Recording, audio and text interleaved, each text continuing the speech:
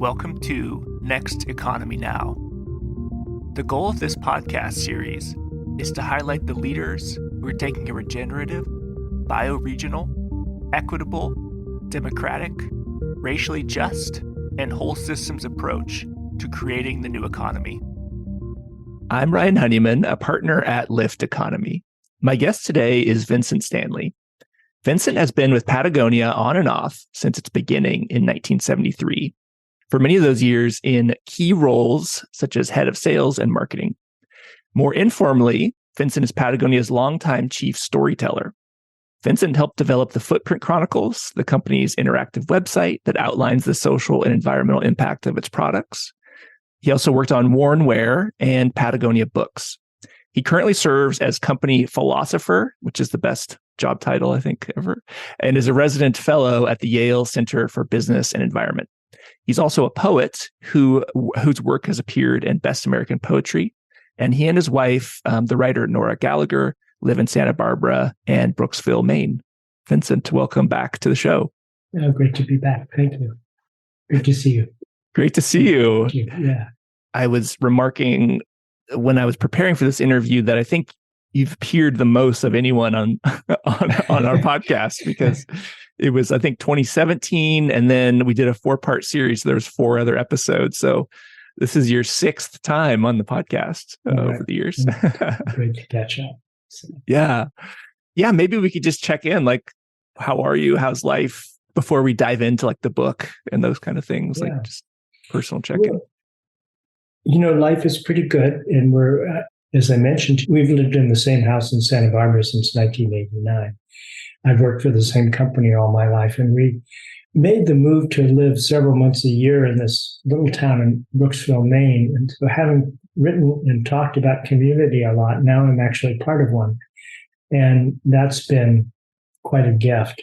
We live on a road where many of the residents, families who have lived since the revolutionary times, and other families are summer residents. The summer residents tend to be very interesting people. Our next door neighbor on one side was responsible for arranging all the COVID clinical trials for Mass General and Women and Brigham's Hospital. And then on the other side is a former official for Homeland Security. So, yeah. And one of the really interesting things for me is that this is largely a working class community for the longtime residents. But it's not at all hollowed out. They're making a living from the local economy. They have a deep connection to place. So we're not talking fentanyl and obesity or some of the problems associated with people who have been left behind by the larger economy. And it's really interesting to see that, and a good reminder, because these people really have strong community values and a strong sense of place. They have environmental values. So anyway, that's been a gift. What about you? What's going on? Yeah. Well, for me, I just got back from my family, and I went to Costa Rica for the summer. Oh. And so it was amazing to see the people, and the fact that I think it's almost entirely run on renewable green energy, and to see just like the stewardship of the land in relationship with the economy being pretty key, and to see it done responsibly. You can just see why Costa Rica is an amazing destination, I think, for a lot of people. Yeah, it's an amazing country. Which part were you in? We were all over, from the Pacific side, where they filmed the Endless Summer 2, which was in like 1994, all the way to the Caribbean side, and in Monteverde in the cloud forest. So that was great. And I think, just family-wise, kids are doing well. Daughter's 8, my son is 6, and, growing up, the Lift team, and we're expanding. We've got 7, I think potentially 8 people, on our team. And so it just started off with 4 of us. Yeah. So, but I'd love to have you discuss a little bit about the new book, The Future of the Responsible Company, and how it reflects, the changes that have taken place at Patagonia over the past decade or decades since it was written. Yeah. Thank you. I think the book is connected to another evolution within the company. I think when we first started talking, my sense of the company's business model was still partly based on the tension that we have between ordinary business, conventional business successes, making a profit, and the purpose of the company. But it has been changing, I think, really in a profound way for the last 10 or 12 years, so that the more we learn about how to accept certain kinds of constraints, to say, okay, we're just not going to do that. And the more we do that, the more it forces us to think. The more we're forced to think, the more we innovate.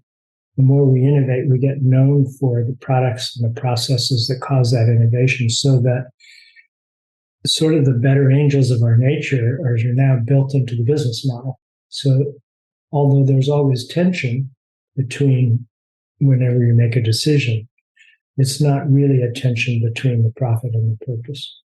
The other thing I think that's important and that led to the book is what's happened in the world in the last 10 years, since 2011, when we were sitting down to write the book, and what's happened in the company. So, I remember in 2015 being so enthusiastic when the UN adopted the Sustainable Development Goals, with 183 nations signing on to this is what's important in an economy and in a society, and this is what we need to work with.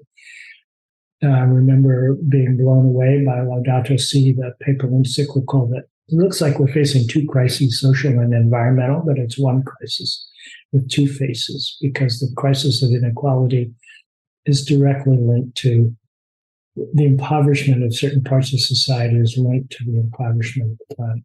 And then 2016, Donald Trump gets elected. Surprise, surprise. So we've gone through a kind of roller coaster of seeing an evolution of the kind of liberal agreements about where we should be going as a society, and fierce reaction to that. And at the same time, you have so much going on at the ground level, with the expansion of the B Corp movement, for instance, the coming to age of a generation who don't doubt that there's climate change, who don't doubt that meaningful work is important. So there's that in the general world. And then within Patagonia, I think we were looking at two things. One was, hey, we've been talking about environmental crisis since 1989. It's in our 30-year-old mission statement at that time: build the best product, cause no unnecessary harm, use business to inspire and implement solutions to the environmental crisis. So, long time. And I remember around 2017 having a lunch with Elon. He said, we got to change the mission statement. I'm going, oh my God. I was so skeptical when this mission statement was adopted 30 years ago, because it was so aspirational and it wasn't really true. I mean, we may have been building the best product, but we weren't doing anything yet. We hadn't switched to organic cotton to really address our own environmental impacts. And we were certainly not a model for anyone else at the time. But what I had noticed in the 90s is when we adopted that purpose statement, that our employees really got behind it, that they started to ask themselves, okay, how do I inhabit this? How do I help make this happen? So Emal's, when we talked about this, he said there were a couple of things. One was the environmental crisis had only gotten worse in 30 years.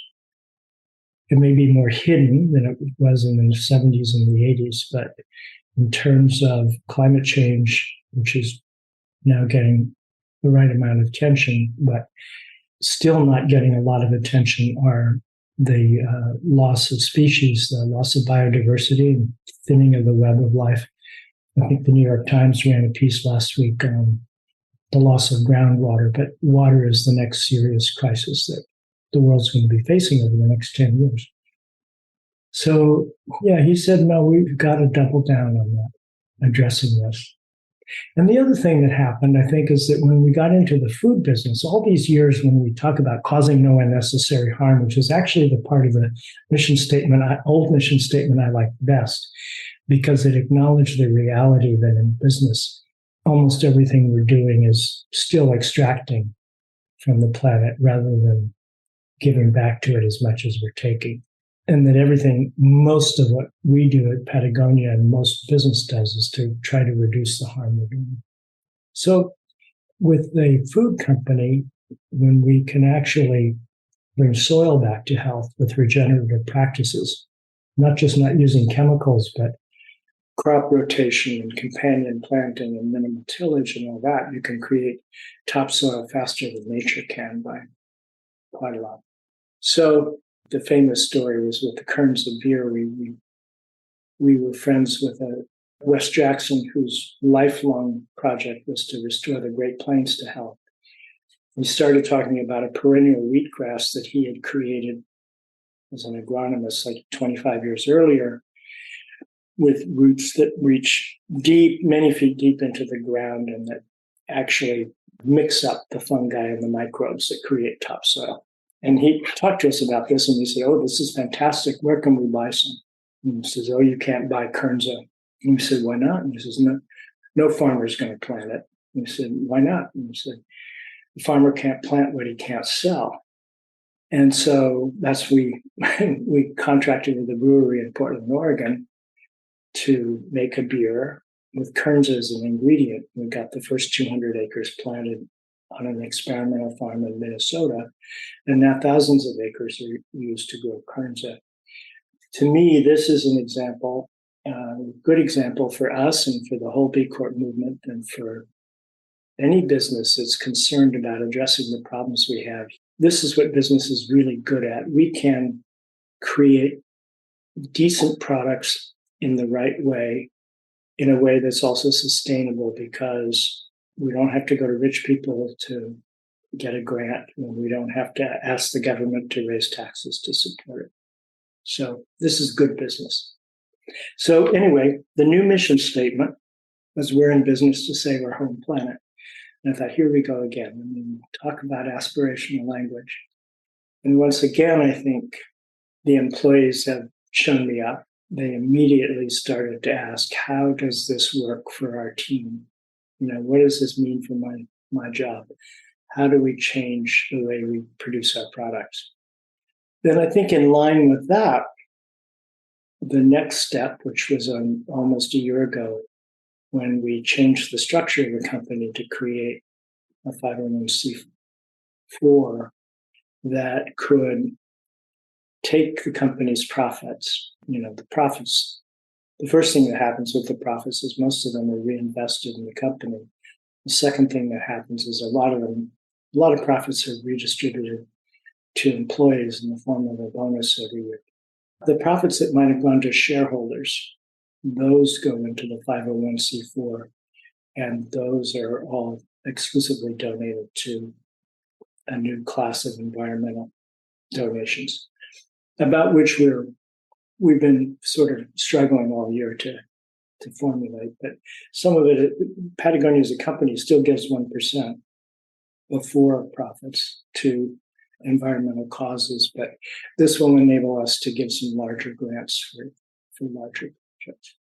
So this long answer to your very short question, the origin of the book is these three things, I think: the changes in the world, the changes in Patagonia, the fact that it's become a more activist company over the past 10 years rather than a company that supports activists, and a clarification of the mission and a structure that marries so well with the mission that we needed to update.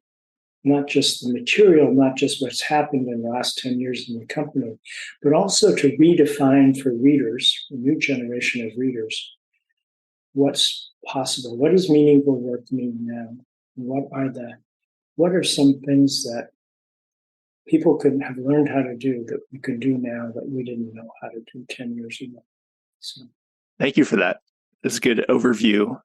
I'm curious how we're in business to save our home planet. And then maybe this ties in with the purpose trust structure. Mm-hmm. But do you have any examples of something Patagonia might have done on the old mission statement that's now like, oh, we actually need to, like, what's like something tangible that folks could see, like, oh, this new vision or this new purpose trust structure makes it so that we actually are doing something different than we would have done maybe? I think it's mostly a change in mindset. So under the old mission statement, the focus was on product quality, which is good. But the environmental work, or saying what the actual purpose of the company, the environmental work came second. And what we're saying now is that when we're determining the future of the company, when we're looking at what we want Patagonia to be 10 years or 15 years from now, what comes first is the work of saving the home planet. So how this might work tangibly, for instance, before we changed the mission statement, we created Action Groups, which is a way to connect. It's a platform in which a customer can say, okay, I love trees, or I love rivers, and I live in Zanesville, Ohio, or I live in Sedro-Woolley, Washington, and I want to connect with an environmental organization that cares about these things. And so then we would link them up. For years, our stores have been, we run them as hubs for the sports we make clothes for, but also for local environmental organizations and whatever is really important in that community. So I think the combination of running this global business in a local way becomes more emphasized when we're talking about we're saving our home planet. Because when we're saving our home planet, we're saving the parts of it that we love and know. And do you find that this has now been several years, many years, but Patagonia went from just Patagonia to then Patagonia, I forget the company that was the holding company. Patagonia Works. Yeah. Works. And, you had provisions. Yeah. And do you see like any bigger shifts because of the new mission and the sort of purpose trust? Is there something big in the next 10 to 20 years that's like actually redefining what Patagonia does or something? Do you see any of that coming? I think there's some roots. I can't sort of imagine what doesn't exist now, but I can look at provisions and say that already provisions is what really is one of the things that led to this change in the mission statement. And provisions has a business model that every product has to solve a problem in this food system or in agriculture. That's really wonderful. Patagonia can't do that now, but that gives us a north star for something to aim toward. So provisions as a business is, I think, very critical to where the company will be in 10 years and a company well served by this change in the structure and change in the mission statement. The second thing is warmware. I think we have the potential to really, we don't know how to do it yet, and I'm not sure we know how the money works with warmware. But there we have the potential, if we make high quality products that last a long time, and we're speaking an anti-consumerist message in terms of, or anti-frivolous consumption message, we have the potential to create a lot with that business too. And there's a non-commercial relationship with the customer in terms of the books we offer, the films we produce, the stores as community hubs. There's a way, I think, to both galvanize and to work with the whole community. We have a wonderful guy named Sean Kim, who's our environmental manager in Korea. And he was a dirtbag, self-described dirtbag farmer, never had a real job before coming to work for us. Then he's sort of fashioned a role. He's mobilized and connected with the anti-dam movement in Korea, with organizations that are working to create marine protection areas. He's spoken with over 500 businesses in Korea and with everyone from B Corp and 1% for the Planet to working really closely with Samsung on development of a washing machine that can filter out microfiber waste. And I think that's kind of that in Korea, and Korea is a this is a very difficult country to work in. I mean, you're highly, highly urbanized, newly wealthy, very hardworking, not a huge grassroots environmental network going on. So he is really, everything he does plants seeds and cultivates further activity. And I think that that's a good lesson for us in the States. I'm curious about provisions, like the vision of provisions when it launched being sort of like regenerative ag focused. Mm-hmm. Has it actually been like more difficult than originally the company thought to like get that going? Well, everything is always more difficult than me. No, it's hugely difficult. First of all, it's brand new to really talk about regenerative organic agriculture rather than Monsanto's talking about regenerative agriculture, but they're talking about high-tech tractors. The second is you're going up against an industrial agricultural model that has taken over most food production. You do have against that the wonderful organic food movement and farmers markets is a very small amount percentage of the food produced. So you're just going against the traditional practices. We've done that before. It takes time. There are setbacks. As a business, you have to figure out how to make money doing that while doing the right thing. I'll give you an example that has nothing to do with Patagonia, but I just heard this last week that in Pennsylvania, a lot of the traditional family farms are going out of business, but they're being bought by Amish farmers who know how to work on a smaller scale.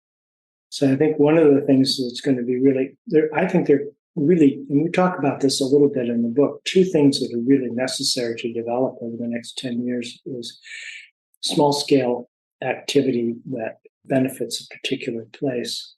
And then the second is kind of deep circularity in which one business's waste becomes another business's feedstock, which is also tremendously efficient because waste is expensive, energy is expensive, et cetera, et cetera. I love that. I'm curious with the Purpose Trust, what have you noticed? I don't think you're involved in like the decisions within the trust, right? Like what gets done at Patagonia. Yeah. You're like, thankfully, I don't have to. What is your take on like, how has that decision process? I actually interviewed Charles Kahn recently, and he was saying decisions are much slower, but I'm wondering if that your sort of what has shifted maybe from the pre-Patagonia to the post-Purpose Trust. Have you noticed anything like that? No, I haven't. I think one of the reasons it looks like, and I think we do make decisions slowly, particularly where we don't have enough to go on, or we're trying to solve a problem. And when we made the big change on September 14th last year, we had spent just an awful lot of time. It was a very complicated deal to put together.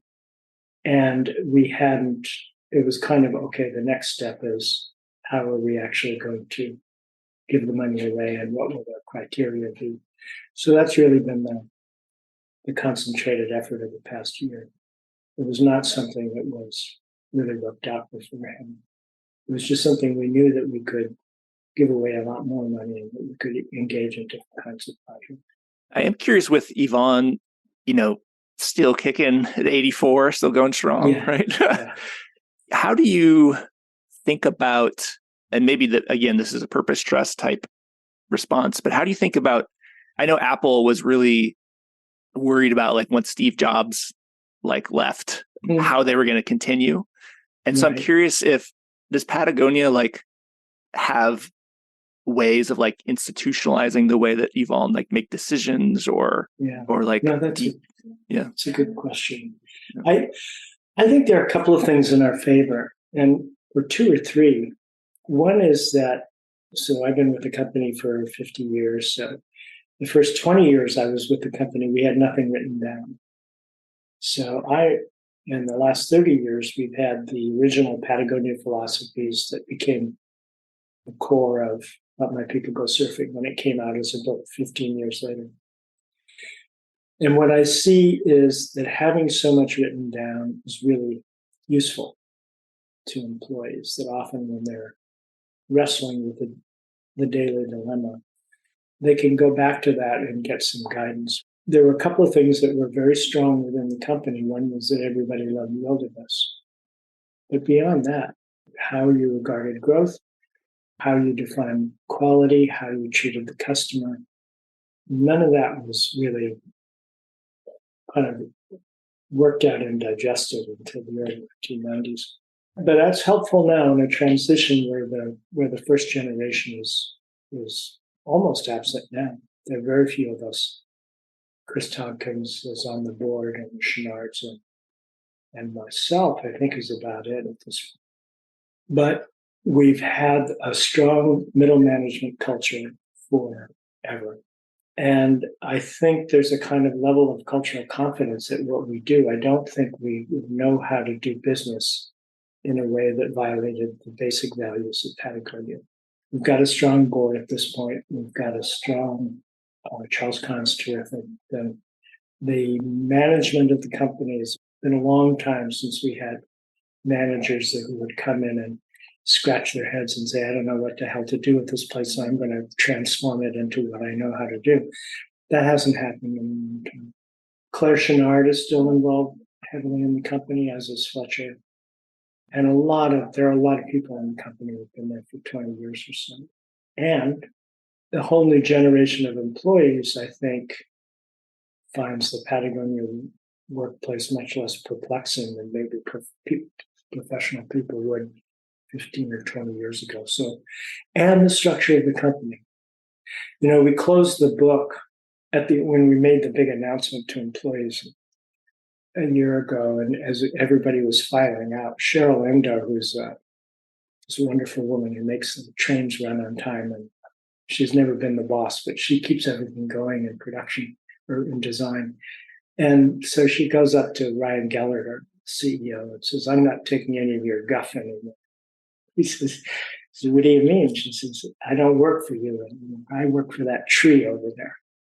And I think the structure is an inspiring one for a lot of employees. And so that changes some of the worry too, because I think the transition from founders is often associated with a sale, as well as a real change in style, because the founders are often micromanagers, and like Steve Jobs was. Ewan was never that. He always spent 6 months away from the company and always had professional managers. He said his MBA was management by absence. Exactly. Yeah. His return was often more of a problem than his absence. But for those of us who were not absent at the time, because he'd come back and see what we hadn't done. And that was actually something that was very important in his style of management, was that he never gave anybody a bad time for doing anything wrong, but he would give people a bad time for not taking advantage of an opportunity or not doing something that he thought should be done. So all of those things work in our favor. What works against us is just the normal. The Chouinards both are the kind of spiritual leaders of the company, and to the extent that any organization organizes itself as a kind of family or substitute family, that's significant. I'm wondering if we could shift a little to some B Corp questions. We haven't actually spoken in a while, and you undoubtedly saw the Nespresso got certified as a B corporation, and then a lot of pushback, and some B Corps being upset about that, and others being interested or curious. And how do you sit with this tension in the B Corp community of, do you let in larger companies, or is that actually bad for the movement, or like that whole tension about letting in companies that, one other thing I'll say is that some people who are pushing back, I also let them know, I was like, well, Nestle has actually been in the B Corp movement since 2017, because they have Garden of Life, and a few other subsidiaries are already certified as B Corp. So, but I'm just curious for your thoughts on that, the whole Nespresso debate. Well, I have a couple of thoughts on that. One is that there are very few companies that wear a white hat. And there are very few companies that have a totally black hat. And there are a lot of really good people within some companies that we don't have a lot of regard for. So I hate to punish, if a company is doing the right thing or doing some right things, I hate to punish them for doing that just because they're a bad player in some other way. I also think that there is a difference between Nespresso and Nestle as a whole, as there is a difference between Ben and Jerry's and Unilever as a whole. Now, Unilever and Danone have very different. It's interesting. So there are these three big food conglomerates: Unilever, Danone, and Nestle. Unilever and Danone have taken on much more. They've been much more interesting players than Nestle has traditionally. And Nestle can learn from subsidiaries that become B Corps, and it can learn from practices that Unilever and Danone adopt. So I'm of the mind that that's okay. I also think that the basic rating system kind of takes care of some of these questions, because you're talking about a minimum of 80 and a maximum of 200. So companies that are less accomplished in their social and their environmental practices are going to get a lower score that's reflected. So I guess I don't have a problem. I would be forever vigilant about avoiding the temptation of lowering those standards or weakening the standards of it. But I think historically, because we are a B Corp, and sometimes frustrated by by the way in which they change standards, because it's hard to create baseline measurements in some cases, or sometimes we suffer because they've raised the bar as we're running the race. I haven't seen any evidence of that weakening. And at the same time, I think it's great that people are paying attention, that people care enough to say, okay, is this good? I would worry about, I think there are a couple of things. One is that the future is going to have independent verification. Basically a third part, not B Lab, right? Yeah. Not B Lab, but kind of like the US GBC, I think, did. Yeah. And do you see opportunities for the B Corp movement to deepen its impact? Yeah, and partly it's because of we have had more large and medium-sized enterprises join. I think there are going to be more lessons can be learned from companies that are really doing the work to improve their practices. And it's not easy for companies of size to turn the tanker around, to change deeply embedded practices. They can be internally controversial, etc. But I think the movement has developed to the point where, in many ways, it's indispensable. I mean, there's nothing else like it. And if you did have a lot of other things like it, then you wouldn't have the credibility, and you also wouldn't have the community that you have with people under the tent. Maybe one other question about B Corps. Is there anything you'd like to see changed or improved in the B Corp movement? Well, I think B Lab is going through a maturation process. They're going to shift from the founders to general management. They're going through growing pains because the movement has grown so quickly.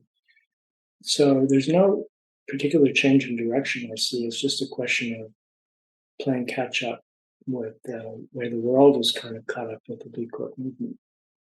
And I'm really glad, the other thing I'm glad is that B Corp is the movement that has taken off much more than some of the B team or conscious capitalism or some of these other things that I think were much less well defined and much less ambitious than the goals of the B Corp. Yeah, B Lab, credit to the founders and that vision of having the tool. And, I think it also Jay and like the And One marketing background, I think he just he wed those two. Obviously, a lot of people contributed to that, but I think that was one big reason it took off. Yeah. And I think the basic argument that business is a part of society and a part of the natural, and owes something to human communities in the natural world is so important. So I'm be glad to see the movement grow 2 or 3 times or 4 or 5 times, however its present size. What do you see as with the book? What's next for you in terms of what's next in terms of you and your work? And then maybe what do you hope people take away from the book that they can maybe apply to their lives? Answer the second question Sure. first. I think that particularly in the last couple of chapters, we really concentrate on people who may be entering the job market now, who might be graduating from school and seeking work.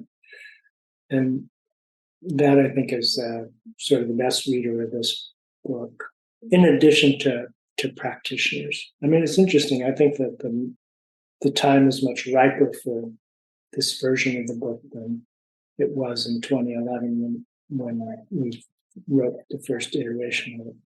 For me, it's interesting because for the last 9 years, I kind of settled into this role of teaching company history and ethics to employees and being an evangelist for the B Corp movement. I've done a lot of that, and 1% for the planet. And also working a lot with graduate students in design and business and ethics and environmental schools. So it's such a satisfying combination of things so I'm 71 now. And so I do like to spend a little bit more time in the kayak and a little bit less time in airplanes. But I foresee pursuing that kind of combination of activities plus writing poems for as long as I'm able. That sounds phenomenal. Kayak writing, poetry writing in Maine. Yeah. And business books. Yeah, business books. Yeah. Was this version easier to write since it was more of an update? Or did you have to actually rethink a lot of pieces in a way that made it actually a difficult lift? About 2/3 of it is new material. Yeah. And it's hard to say. I don't remember. You don't remember pain, so I don't. I don't remember how hard it was to write the first book. But I was really happy with it. One thing this edition is very different is it has photographs and design. It was really fun to work with one of the original photo editors at Patagonia and a brilliant designer who I worked with for a long time at Patagonia. So all of that part was fun to produce. Yeah, this is more writing, like writing is a different matter. Yeah. This is more like the old catalogs. Yeah. Yeah. It's like it is like a catalog. So it's it's a really handsome book. If you get tired of reading, you can look at the pictures. I love it. What do you need right now, and how can the listeners help you grow the Next Economy? I think, I would go back to a kind of basic, sort of going back to the beginning of our conversation, saying what is business good for? And business is good because it can, like provisions, it can make products and offer services that solve problems or do useful things. And even if it doesn't do that, if it's kind of a neutral business ethical, you're making ice cream, for instance, you can do that in the right way. You can work with the way that you reduce the methane emissions from cows and adopt practices that restore grass and all that. So I think that's a fundamental demand of our time because of the urgency of the environmental and the social crisis, that we have to do our part along with government and civil society to address the problems we have. And if we're not addressing those problems, at least clean up your act, because we have no right to leave the planet worse than we found it. That's kind of fundamentally the message that I feel is the most important now. But the second part of that is a little different, because that can sound daunting, or it can sound like Savonarola, some John Calvin kind of shaking the finger at people who are just trying to have a good time. I think that, we start the book, as we did the Responsible Company, with a quote from a Heisler leader named Gerald Amos, and says the most important right we have is the right to be responsible. And to me, what that means is that sense of agency is so deeply ingrained in human beings that it is such a source of motivation, energy, satisfaction to actually face reality and to do what we can to help make our reality better. That when you're doing that in the business, that helps the business actually succeed in traditional business terms, because you're working on, we don't want to use gas guzzler symbols here, you're working on all cylinders in some way, rather than leaving so much of yourself at home the way the workforce has done for so long. Where can folks go to learn more about the book and any of the other projects you're working on? Well, I think the Patagonia website is always kind of a font of information. The book is readily available from Patagonia at bookstores and big Amazon. Yeah, there's more. Is it sold in the Patagonia stores, the book? I believe so. Yeah, should be. It's good If distribution. Not, let me know and I'll give them that time. Yeah, I know. Excellent. Well, Vincent, thanks so much for being back on the show. And thank you for having me back on the show. Yeah, it'll have to do a shorter gap since the last time. But thanks. Thank you. Take care. Next Economy Now is a production of Lift Economy. To listen to all of our episodes, go to lifteconomy.com/podcast. That's LIFT economy.com/podcast. You can also sign up for our monthly newsletter at lifteconomy.com/newsletter. Please also rate and review our podcast on iTunes, Spotify, Stitcher, or wherever you get your podcasts. Thanks for listening.